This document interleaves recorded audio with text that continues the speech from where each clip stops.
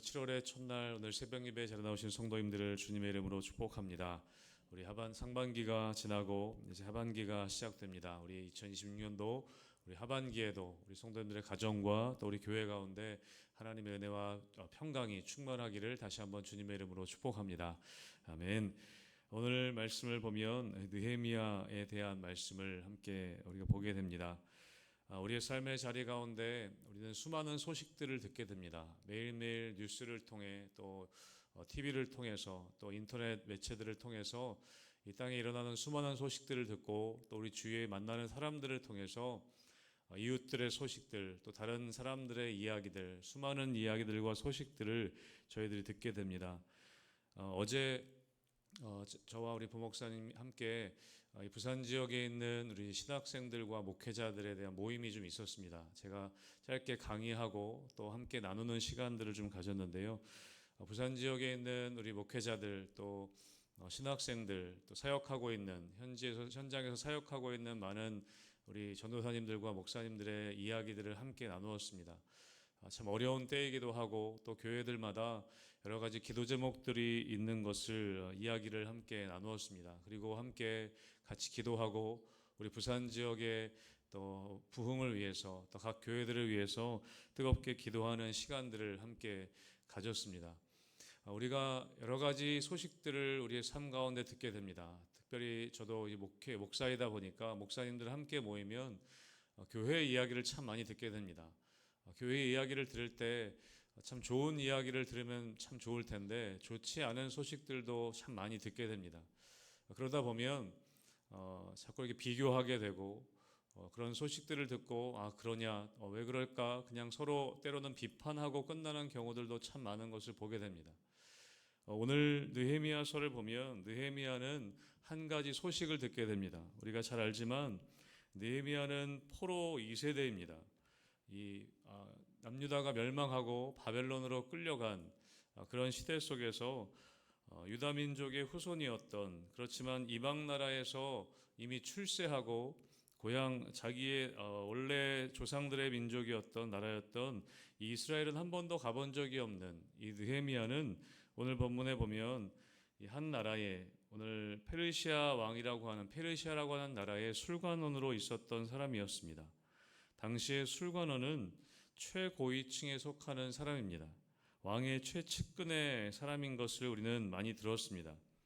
느헤미야는 지금 포로로 끌려간 이 포로의 2세대였고 그런 사람이었지만 지금 남부러울 것 없이 성공하고 가장 편안하게 또 때로 어쩌면 가장 안정된 삶을 지금 살아가고 있었습니다.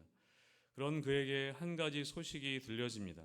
그것은 무엇이냐면 그의 형제 중에 하나였던 하난이라는 사람이 오늘 2절 말씀에 보면 유다를 다녀온 이야기를 오늘 듣게 됩니다. 그리고 어떤 이야기를 듣게 되냐면 3절에 보면 그들이 내게 이르되 사로잡힘을 면하고 남아있는 자들이 그 지방에서 큰 환난을 당하고 능욕을 받으며 예루살렘 성은 허물어지고 성문들은 불탔다 하는지라. 그렇게 예루살렘의 포로로 귀환했던 사람들의 이야기를 듣게 됩니다. 예루살렘이 황폐화되고 성이 무너지고 성문들이 불탔다는 소식을 듣게 되는 것이죠. 이 소식을 들은 느헤미야의 반응이 어떠했는가? 우리 여러분 4절 말씀을 다시 한번 같이 읽어보겠습니다. 4절의 말씀입니다. 시작. 내가 이 말을 듣고 앉아서 울고 수일 동안 슬퍼하며 하늘의 하나님 앞에 금식하며 기도하여. 아멘. 오늘 느헤미야는 앞부분에 보면 4절 앞부분에 뭐라고 기록하고 있습니까? 이 말을 듣고 앉아서 울고 수일 동안 슬퍼했다라고 기록하고 있습니다. 느헤미야는 지금 예루살렘에 살던 사람이 아니었습니다. 페르시아에서 태어났고 자라난 이민 세대였습니다. 굳이 무너진 예루살렘을 위해 슬퍼할 이유가 없었습니다. 잠깐 마음은 아팠을 수 있겠지만 며칠 동안 그는 슬퍼하고 금식하며 기도하였습니다. 느헤미야는 그 소식 가운데 그 마음속에 하나님의 성전이 있었던 예루살렘 또 자신들의 동포들이 있었던 그 거룩한 곳을 향한 근심이 그 마음 가운데 오늘 싹트는 것을 보게 됩니다. 여러분 느헤미야는 그 소식을 듣고 그 마음 가운데 거룩한 근심이 생겼습니다. 그 땅을 위한 애통하는 마음이 생겼습니다. 고린도후서 7장 10절에 보면 이런 말씀이 있습니다. 하나님의 뜻대로 하는 근심은 후회할 것이 없는 구원에 이르게 하는 회개를 이루는 것이요 세상 근심은 사망을 이루는 것이니라. 여러분, 근심에도 두 가지 종류가 있다는 것을 이야기합니다. 세상 근심이 있고 하나님의 뜻대로 하는 근심이 있다고 이야기합니다. 여러분, 마음 가운데 우리가 근심이 있을 때가 많죠. 여러분의 마음 가운데 있는 근심은 하나님의 뜻대로 하는 근심이십니까? 아니면 세상 근심이십니까? 세상 근심은 사망을 이룬다고 말씀하고 하나님의 뜻대로 하는 근심은 후회할 것이 없는 구원에 이르게 하는 회개를 이룬다고 말씀하고 있습니다. 사랑하는 성도 여러분, 여러분의 마음 가운데 하나님의 뜻대로 하는 근심이 있게 되길 주님의 이름으로 축복합니다. 오늘 느헤미야는 예루살렘이 무너졌다는 소식을 듣고 그의 마음 가운데 거룩한 근심을 품게 됩니다. 그리고 오늘 애통하는 눈물을 흘리게 됩니다. 울며 수일 동안 슬퍼하였다라고 기록하고 있습니다. 여러분, 여러분의 마음 가운데 눈물이 있으십니까? 애통하는 마음으로 거룩한 근심을 가진 눈물이 있으십니까? 우리는 수많은 소식들을 듣게 됩니다. 주위에 우리 성도들의 아픔의 이야기들을 듣게 되고 또 주위 이웃들의 교회들의 이야기를 듣게 됩니다. 또 나라와 민족에 대한 이야기를 우리는 수없이 많이 듣게 됩니다. 여러분, 그때 우리들의 마음 가운데 그냥 비판과 비난, 평가의 마음이 있으십니까? 아니면 거룩한 근심으로 애통하며 흘리는 눈물이 우리 가운데 있는가? 우리가 돌아볼 수 있어야 한다는 것이죠. 저는 우리들 마음 가운데 하나님의 뜻대로 하는 근심과 함께 우리가 주의 이웃들, 아파하는 이웃들을 위한 또 나라와 민족을 위한 애통하는 눈물이 있게 되길 주님의 이름으로 축복합니다. 여러분, 우리가 우리 자신만을 위해서가 우는 것이 아니라 나와 내 가족만을 위해서 우는 것이 아니라 나의 아픔 때문만에 우는 것이 아니라 여러분, 우리 주위에 있는 분들의 아픔 때문에 여러분 울 수 있게 되기를 다시 한번 주님의 이름으로 축복합니다. 여러분, 아파하는 분들이 참 많이 있습니다. 우리 교회 안에도 우리 성도님들 가운데에도 여러 가지 이유로 아파하고 애통하는 성도들이 많이 있습니다. 또 우리 주위의 교회들 가운데에도 여러 가지 분열된 이야기들, 여러 가지 아픈 이야기들과 소식들을 듣게 됩니다. 우리 교회도 여러 가지 아픈 이유 때문에 우리 교회에 오신 분들도 있습니다. 여러분, 주위에 그런 교회들의 소식을 들을 때, 또 지금 나라와 민족에 대한 소식을 들을 때 느헤미야와 같이 우리가 애통하며 근심하며 우리가 기도할 수 있어야 한다는 것이죠. 오늘 느헤미야는 그 아픔과 슬픔과 애통하는 마음, 그 거룩한 근심을 오늘 본문에 보면 기도로 이어가게 됩니다. 오늘 5절 말씀에 보면 이르되 하늘의 하나님 여호와 크고 두려우신 하나님이여 주를 사랑하고 주의 계명을 지키는 자에게 언약을 지키시며 긍휼을 베푸시는 주여 간구하나이다. 오늘 느헤미야는 자신이 마주한 이 예루살렘의 현실을, 무너진 성벽과 불타버린 성문이라는 그런 현실을 상황만 바라보는 것이 아니라, 그냥 절망하는 것이 아니라 오늘 하나님께 기도하고 있는 것을 보게 됩니다. 사랑하는 성도 여러분, 모든 문제의 해결의 시작은 기도임을 믿으시길 주님의 이름으로 축복합니다. 여러분, 어쩌면 지금 느헤미야의 상황에서는 할 수 있는 것이 아무것도 없었을 수 있습니다. 수천 킬로미터 떨어진 곳에 그 예루살렘이 무너졌다는 소식을 듣고 슬퍼하고 애통하지만 그가 할 수 있는 일은 없었습니다. 오늘 그런데 그는 기도하기 시작했다는 것입니다. 지금 그 예루살렘은, 이스라엘은 강대국들의 틈바구니에 있었습니다. 힘이 없는 유다 백성들, 군대가 있었던 것도 아니고 정부가 있었던 것도 아니고 왕이 있었던 것도 아니고 다 무너져 있는 나라였습니다. 그 성벽을 재건한다는 것은 불가능한 일이었습니다. 그런데 오늘 느헤미야는 그 상황이지만 기도하기 시작합니다. 그 문제 가운데 오늘 뭐라고 기도합니까? 하늘의 하나님 여호와 크고 두려우신 하나님이요. 여러분, 문제가 크지만 그 문제보다 크신 하나님께 오늘 기도하고 있습니다. 그 하나님에 대해서 뭐라고 이야기합니까? 크고 두려우신 하나님이라고 말씀하고 있습니다. 여러분, 크고 두려우신 하나님을 먼저 바라볼 수 있게 되시기를 주님의 이름으로 축복합니다. 여러분, 우리는 문제의 크기에 압도당할 때가 있습니다. 그래서 우리가 기도하면서도 힘을 잃을 때가 있습니다. 내가 기도하는데도 낙심할 때가 있습니다. 그 이유는 무엇이냐면 기도하면서도 우리는 하나님을 바라보기보다 나의 문제를 바라볼 때가 많기 때문입니다.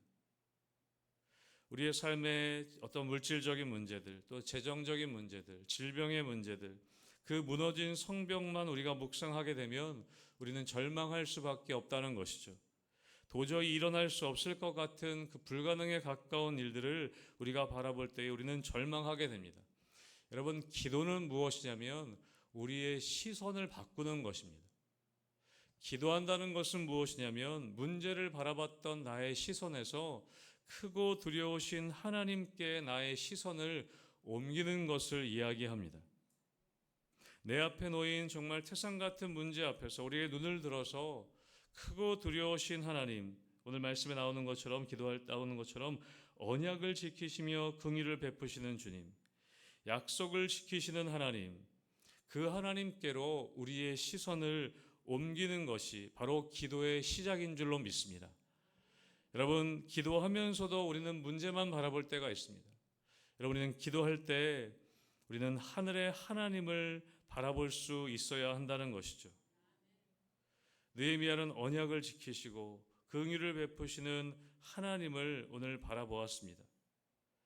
그래서 오늘 하나님, 나의 상황이 정말 사방에 우겨쌈을 당하는 그런 상황인 것 같지만 하나님은 크고 두려우신 분이시기 때문에, 나에게 긍휼을 베푸시는 하나님이시기 때문에 내가 기도한다라고 우리는 고백할 수 있는 것이죠. 여러분, 일단 기도를 시작하시길 주님의 이름으로 축복합니다. 우리의 삶에 여러 가지 소식들이 들려졌을 때, 우리 주위 성도들의 아픔의 소식들이 들려지고 우리 주위에 아픔에 있는 교회들의 소식들이 들려졌을 때 우리가 혐한차고 판단하고 평가하는 것이 아니라 여러분, 일단은 기도를 시작해야 합니다. 여러분, 무조건 어떤 소식이 들려지면 여러분, 교회 와서 기도하시기 이전에 그냥 그 자리에서 먼저 기도하기를 시작하시길 바랍니다. 여러분, 누군가 전화를 통해서 성도들의 아픈 소식의 이야기를 들었을 때 여러분, 그냥 그 자리에서 기도하시기 바랍니다. 전화로라도 기도해 주시면 됩니다. 전화로라도 기도해 주시고, 그냥 길가에서 만난 누군가의 소식을 들었을 때 그냥 그 길가 그 자리에서 여러분 기도해 주시기 바랍니다. 여러분, 그 기도가 여러분 시작인 것입니다. 그 기도가 문제 해결의 시작이 된다는 것이죠. 여러분, 느헤미야는 또 한 가지 오늘 기도할 때 어떻게 기도하는가? 8절과 9절의 말씀에 보면 이렇게 기도하고 있습니다. 여러분, 같이 함께 8절과 9절 읽어보겠습니다. 시작.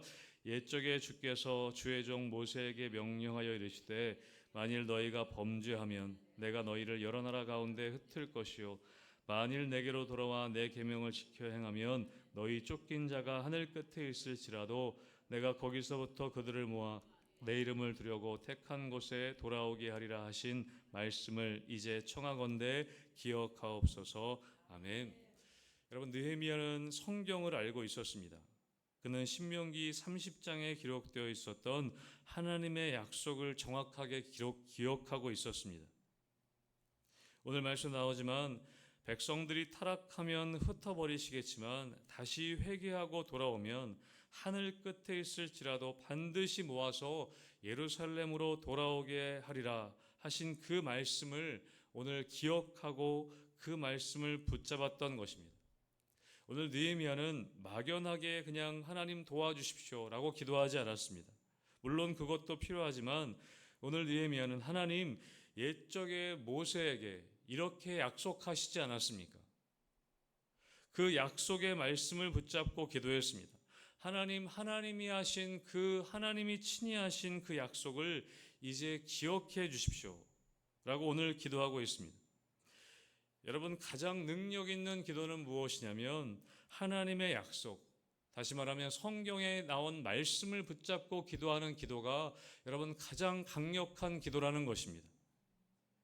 여러분, 기도의 사람 하면 유명한 조지 뮬러라고 하는 사람이 있습니다. 5만 번 응답받았다고 하는 조지 뮬러, 기도의 사람의 이야기를 보면 그의 기도의 비결은 무엇이냐면 성경을 펼쳐놓고 그는 기도할 때에 하나님의 약속을 손가락으로 짚어가면서 기도했다고 합니다.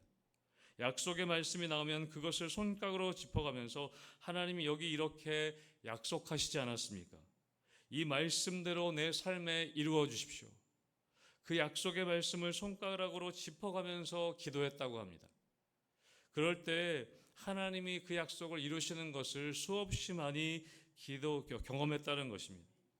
여러분, 우리의 감정은 수없이 하루에도 수십 번 흔들리고 변하게 됩니다. 우리의 상황도 수시로 변하게 됩니다. 그러나 하나님의 말씀은 변하지 않는 것입니다. 하나님의 말씀은 영원히 변하지 않습니다. 하나님은 하나님의 입에서 내뱉으신 그 약속은 무슨 일이 있어도 반드시 성취하시는 신실한 분이심을 여러분 믿으시길 주님의 이름으로 축복합니다. 그렇기 때문에 이런 말씀을 붙잡고 기도해야 합니다. 두려워하지 말라, 내가 너와 함께함이라. 그 약속의 말씀을 붙잡고 우리는 기도해야 합니다. 너는 내게 부르짖으라, 내가 내게 응답하겠다. 여러분, 그 말씀을 붙잡고 우리는 기도할 수 있어야 합니다. 오늘 느헤미야는 그 약속의 말씀을 붙잡고 오늘 기도하고 있습니다. 여러분, 그리고 오늘 기도의 결론은 무엇이냐? 우리 11절 말씀을 다시 한번 같이 읽겠습니다. 11절입니다. 시작. 주여 구하오니 귀를 기울이사 종의 기도와 주의 이름을 경외하기를 기뻐하는 종들의 기도를 들으시고 오늘 종이 형통하여 이 사람 앞에서 은혜를 입게 하옵소서 하였나니 그때 내가 왕의 술관원이 되었느니라. 아멘. 오늘 느헤미야는 뭐라고 마지막에 기도합니까? 오늘 종이 형통하여 이 사람 앞에서 은혜를 입게 하옵소서라고 기도하고 있습니다. 여기서 이 사람은 누구냐면 당시 페르시아 왕 아닥사스다 왕을 가리킵니다. 여러분, 느헤미야가 왜 왕 앞에서 은혜를 입게 해달라고 기도했을까요? 이것은 여러분, 우리가 뒤에도 나오지만 자신이 직접 왕에게 나아가서 예루살렘 성벽 재건을 위해서 허락받고 지원을 요청하기 위함이었습니다. 그렇게 마음에 결단했다는 것이죠.